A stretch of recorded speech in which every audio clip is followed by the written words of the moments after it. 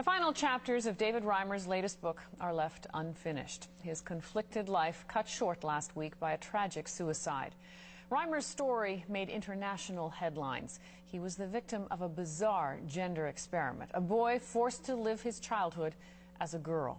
Now, his mother is speaking publicly about her son's life and her own.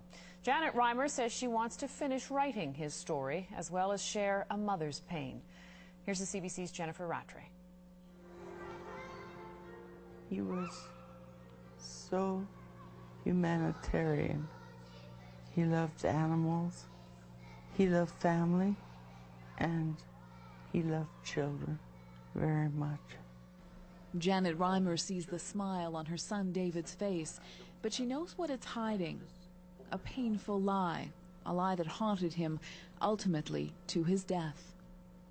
We knew he wasn't long for this world, that his life would be a short one. Reimer is still reeling from this painful prophecy, but she wants to tell the story as a tribute, she says, to her son.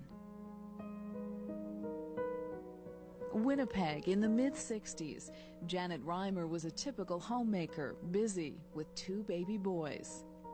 And then a bizarre twist that forever changed their lives. Both boys were circumcised, but in David's case, there was a mistake. His penis was almost burned off.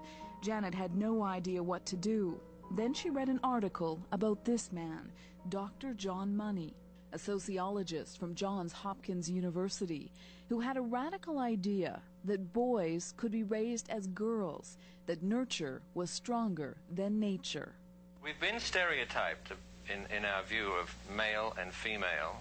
And I thought maybe this was a possibility for David to have a gender identity that was definite. And so I wrote to him, and he responded very quickly. He was very, very interested.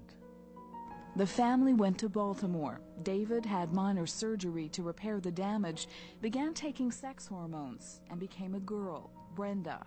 No one was to know the truth. I don't understand to this day, but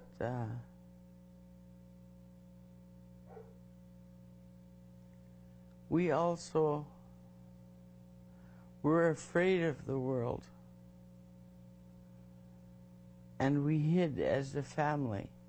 Not so John Money. He made world headlines with the case. It makes it very exciting, don't you think, to live in an age of discovery of human personality this way. Except Money was wrong, and Janet realized it early on.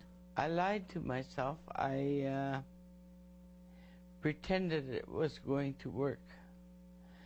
But when he was 2 years old and I put him in a dress, he tried to rip it off.